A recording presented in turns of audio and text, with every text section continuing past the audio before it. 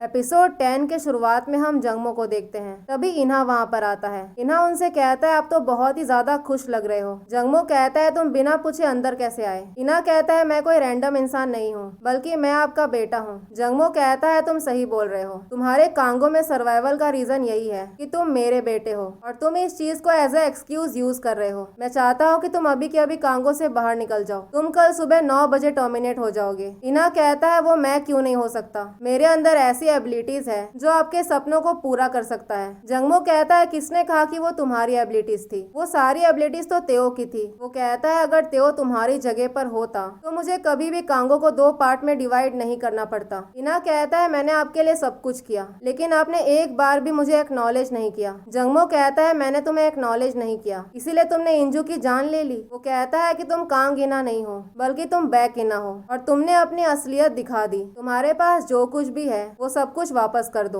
और अपनी पुरानी लाइफ में वापस चले जाओ। अगर तुम अपनी पुरानी लाइफ में जाकर चुपचाप रहोगे तो मैं तुम्हें सजा नहीं दूंगा। इन्हा कहता है अगर मैं ये सब कुछ ना करूं फिर आप क्या करोगे। वो कहता है कि उसने इंजू को नहीं मारा है, बल्कि आपने इंजू को मारा है। आपने मुझे एक ऐसा इंसान बना दिया जिसकी वजह से मुझे इंजू के साथ ये सब करना पड़ा। जंगमो कहता है तुम फाइनली अपना असली रंग दिखा रहे हो। इन्हा कहता है मैं अपनी पुरानी लाइफ में वापस नहीं जा सकता। जंगमो कहता है मैं तुम्हें अगर निकलने के लिए बोल रहा हूँ तो तुम्हें निकलना पड़ेगा। इन्हा कहता है मैं अपनी मॉम की तरह बिल्कुल भी नहीं हूँ, उन्होंने बहुत ही आसानी से गिव अप कर दिया, लेकिन मैं गिव अप नहीं करूंगा। वो गुस्से से उसे वहाँ से निकलने के लिए बोलता है। उसी टाइम पर जंगमो के चेस्ट में पेन होने लग जाता है। वो दवाई लेने की कोशिश करता है, लेकिन वो दवाई इन्हा के पैरों के पास गिर जाता है। उसी टाइम पर जंगमो एकदम से बाथटब में स्लिप होकर गिर जाता है। वो बाहर निकलने की कोशिश करता है तो इन्हा उनका कॉलर पकड़ लेता है और कहता है आपको पता है मैं कितना आगे आ गया हूँ, अब मैं यहाँ से पीछे नहीं जा सकता। अगर आपने मुझे पहले ही एक्नॉलेज कर लिया होता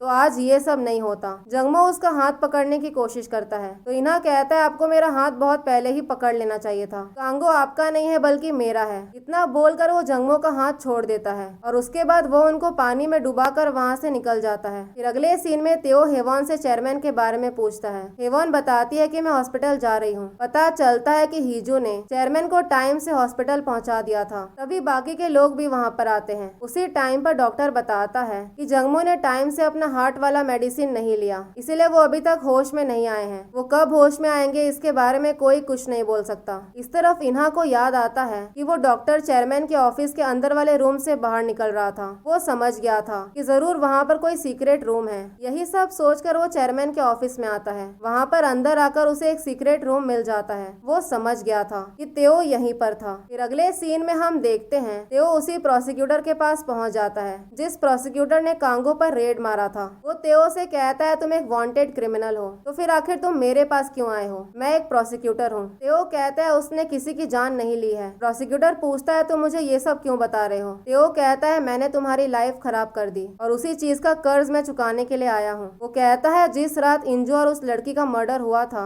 उस रात उस लड़की के फोन में सब कुछ रिकॉर्ड हो गया था। तेओ कहता है मैं तुम्हें एक चांस देना चाहता हूँ, क्या तुम मेरे चांस को लेकर सॉल वापस जाना चाहते हो या फिर यहीं पर रहकर एक बकवास जिंदगी जीना चाहते हो। दूसरी तरफ सुनवू को पता चल गया था कि इस टाइम पर तेओ प्रोसिक्यूटर के साथ है। पहले तो वो इन्हा को कॉल करने के बारे में सोचता है, लेकिन बाद में वो उसे कॉल नहीं करता और साथ ही में सारा वीडियोस डिलीट कर देता है। फिर अगले सीन में वो प्रोसिक्यूटर सोल प्रोसिक्यूशन ऑफिस में पहुंच जाता है और वहाँ के डेटाबेस के अंदर उसी रात का एविडेंस ढूंढने लग जाता है। तेओ ने उससे कहा था कि अगर तुम्हें एविडेंस नहीं मिला तो फिर तुम मुझे अरेस्ट कर लेना। फिर उसे उस एविडेंस बॉक्स के अंदर उसी लड़की का फोन मिल जाता है। उन्हें फोन तो मिल गया था, लेकिन उस फोन पर पासवर्ड लगा हुआ था, इसीलिए वो उस फोन को एक टेक्नीशियन के पास लेकर जाता है। फिर जैसे ही वो उस फोन को चेक करता है तो उसके अंदर कोई फोटो कोई वीडियो कुछ भी नहीं था, पूरा फोन खाली था। फिर तेओ दोबारा से उस फोन को चेक करता है तो उसे एक हिडन स्पेस के अंदर सारे वीडियोस मिल जाते हैं। उस टाइम पर हम देखते हैं तेओ को तो होश भी नहीं था कि आखिर वहाँ पर हो क्या रहा है। वहीं पर वो फोन गिरा हुआ था जिसके अंदर सारा कुछ रिकॉर्ड हो रहा था। इंजू ड्रग्स के नशे में पागलों की तरह चिल्ला रहा था। उसी टाइम पर कीजुन वहाँ पर आता है और एकदम से उसे स्टैब करके मार देता है। फिर वो तेओ को कोई इंजेक्शन देता है और उसके बाद उस लड़की को मारना चालू करता है। उसी टाइम पर तेओ ने देख लिया था कि वहाँ पर जो कुछ भी हुआ था वो सारा कुछ उस फोन में रिकॉर्ड हो गया था। फिर कुछ ही टाइम में वहाँ पर एक और आदमी आता है, लेकिन उसकी शक्ल नहीं दिख रही थी। तेओ उससे कहता है तुम उस वीडियो को वहीं पर कट कर देना जब कीजुन ने मुझे वो इंजेक्शन लगाया था। तुम उस वीडियो में ये मत दिखाना कि वहाँ पर एक और इंसान आया था, क्योंकि वहाँ पर दूसरे इंसान की शक्ल नहीं दिख रही है। अगर कुछ भी गड़बड़ हुआ तो फिर कीजुन जेल से छूट सकता है, इसीलिए पहले तुम्हें कीजुन को अरेस्ट करवाना होगा। प्रोसिक्यूटर पूछता है तुम्हें पता है क्या कि वो दूसरा इंसान कौन है? तेओ कहता है मैं तुम्हें रियल कल्प्रिट को पकड़ने में तुम्हारी मदद करूंगा। फिर प्रोसिक्यूटर वो वीडियो अपने सीनियर को दिखा देता है। सीनियर उससे कहता है तुम अपना सारा सामान लेकर सॉल वापस आ जाओ, आगे का सारा प्रोसीजर मैं हैंडल कर लूंगा। फिर अगले सीन में हम देखते हैं तेओ पुलिस स्टेशन पहुंच जाता है और कहता है मैं सरेंडर करने के लिए आया हूँ। दूसरी तरफ प्रोसिक्यूटर कीजुन को अरेस्ट करने के लिए कांगो ऑफिस पहुंच जाता है। वो कहता है तुम्हें इंजू और बोना के मर्डर केस के लिए अरेस्ट किया जाता है। उसी टाइम पर इन्हा उसको दूर से देख रहा था। अब ये न्यूज हर जगह वायरल हो जाती है कि इंजू का मर्डर तेओ ने नहीं बल्कि कीजुन ने किया था। इस तरफ सुनवू को भी पता चल गया था कि कीजुन को अरेस्ट कर लिया गया है। वो मन में कहता है अब जाकर सब कुछ इंटरेस्टिंग हुआ है। फिर अगले सीन में ह्यूजिन तेओ के पास आता है। वो कहता है मैं तुम्हारा केस लड़ूंगा और तुम पैसों की चिंता बिल्कुल मत करो। तेओ पूछता है तुम मेरी मदद क्यों करना चाहते हो? ह्यूजिन बताता है मैं बस चेयरमैन जंगमो का ऑर्डर फॉलो कर रहा हूँ। उनको शुरुआत से ही कीजुन पर शक हो रहा था। अगले सीन में हम इन्हा और साजिन को देखते हैं। इन्हा उससे पूछता है मुझे पता चला है कि तुम चेयरमैन से मिलने गए थे, उन्होंने तुमसे क्या बोला?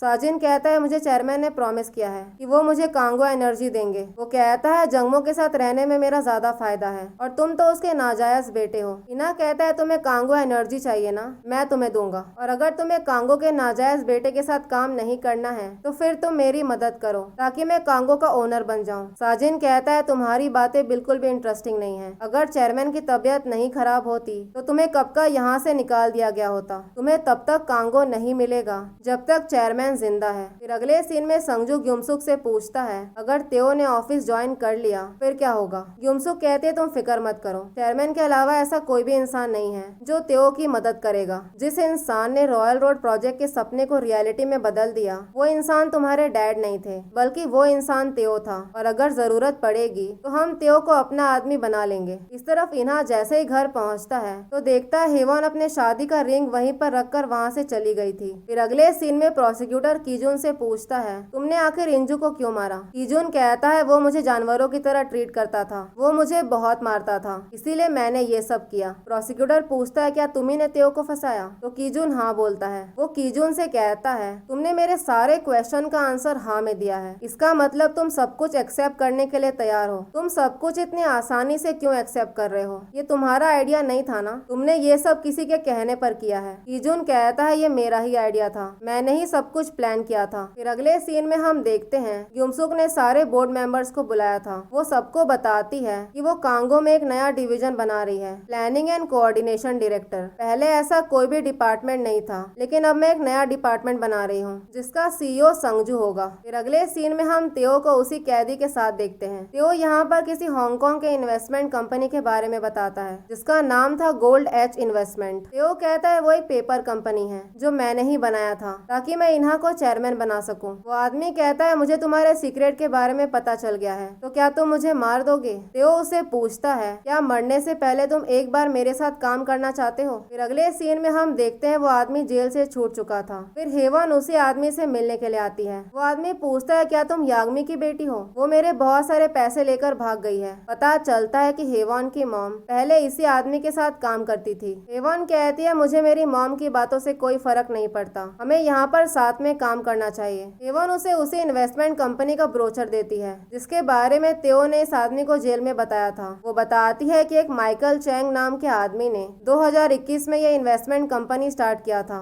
बचपन में ही वो हांगकांग से यूएस चला गया। वो आदमी पूछता है ये माइकल चैंग कौन है? तेओ ने तो मुझे बस गोल्ड एच इन्वेस्टमेंट के बारे में बताया था। हेवन कहती है तुम माइकल चैंग हो, तुम्हें माइकल चैंग बनना होगा। ये सुनकर वो शॉक हो जाता है। उसी टाइम पर सुनवू बाहर आता है। वो कहता है ये तो एक बूढ़ा आदमी है, ये हमारा काम कैसे करेगा? वो आदमी पूछता है तुम कौन हो? सुनवू बताता है मैं इस फील्ड का इक्का हूँ। वो मन में कहता है तुम मेरे बारे में एक बात जानते नहीं हो। फिर यहाँ से हमें फ्लैशबैक का सीन दिखाया जाता है जहाँ पर सुनवू ने उसी आदमी के पैर पर गोली मार दी थी। वो आदमी पूछता है तुम्हें मरना है क्या? सुनवू कहता है मुझे कौन मारेगा, क्या मुझे कीजुन मारेगा? लेकिन वो तो जेल में बंद है। वो उस गन को फेंक कर निकलने लग जाता है तो वो आदमी उसको शूट करने की कोशिश करता है। सुनवू कहता है उसमें बस एक ही गोली थी, इसीलिए तुम अपनी एनर्जी वेस्ट मत करो। उसके बाद वो तेओ से मिलने के लिए आया था। तेओ उसे पूछता है क्या हम दोनों का अभी भी कोई कनेक्शन है। सुनवू कहता है तुम ऐसी बातें क्यों कर रहे हो। फिर वो उसे उसी गोल्ड एच इन्वेस्टमेंट के बारे में बताता है। वो कहता है तुमने मुझे बेवकूफ बनाने की कोशिश की और मैं ये बात जानता हूँ कि इस चीज में तुम्हें मेरी जरूरत पड़ेगी। फिर अगले सीन में हम देखते हैं सुनवू अपने हैकिंग को यूज करके बहुत सारे शेयर्स खरीद लेता है। तभी असिस्टेंट आकर संजू को बताता है कि बहुत बड़ी प्रॉब्लम हो गई है। वो थोड़ी ही देर में ग्युमसुक को आकर वही दिखाता है। उसमें गोल्ड एच इन्वेस्टमेंट का शेयर रेशियो था। ये सब देखकर वो डर जाते हैं। जब ये बात इन्हा को पता चलती है तो वो भी बहुत गुस्सा हो जाता है। वो किसी को कॉल करके बताता है कि मुझे अभी के अभी गोल्ड एच इन्वेस्टमेंट के बारे में पता करके बताओ। फिर हमें कोर्ट रूम का सीन दिखाया जाता है जहाँ पर ह्यूजिन जो कि तेओ को रिप्रेजेंट कर रहा था वो जज से कहता है कि मैं यहाँ पर तेओ को डिफेंड करने के लिए नहीं आया हूँ, बल्कि मैं इस कंट्री के जुडिशरी सिस्टम को एक मौका देना चाहता हूँ ताकि वो लोग अपनी गलतियों के लिए तेओ से माफी मांगे। हमारे कंट्री के जुडिशरी सिस्टम ने एक मासूम इंसान को किलर बोलकर जेल में डाल दिया। फिर जज तेओ से माफी मांगता है और उसे इनोसेंट बोलकर रिलीज कर दिया जाता है। दूसरी तरफ हम इन्हा को देखते हैं। तभी उसे साजिन की बोली हुई बात याद आती है। साजिन ने उसे कहा था कि अगर कल चेयरमैन उठ गए तो फिर तुम्हें कल के कल ही कांगो ग्रुप से निकाल दिया जाएगा। उसे याद आता है चेयरमैन ने उसे कहा था कि तुम कांग इना नहीं बल्कि बैक इना हो और बोला था कि तुम दोबारा से अपने पुराने लाइफ में चले जाओ। अब यही सब सोचकर वो जंगमो के पास पहुंच जाता है। वो अपने डैड से कहता है आपको उसी टाइम पर मर जाना चाहिए था। अगर आप उस टाइम पर मर गए होते तो मुझे दोबारा से ये सब करना नहीं पड़ता। इतना बोलकर वो चेयरमैन को मारने ही वाला था, लेकिन ठीक उसी टाइम पर तेओ आकर उसका हाथ पकड़ लेता है। और इसी सीन के साथ एपिसोड 10 यहीं पर खत्म हो जाता है। अगर आप लोगों को मेरे एक्सप्लेनेशन पसंद आई हो तो आप लाइक शेयर और सब्सक्राइब कर सकते हैं। Thank you for watching.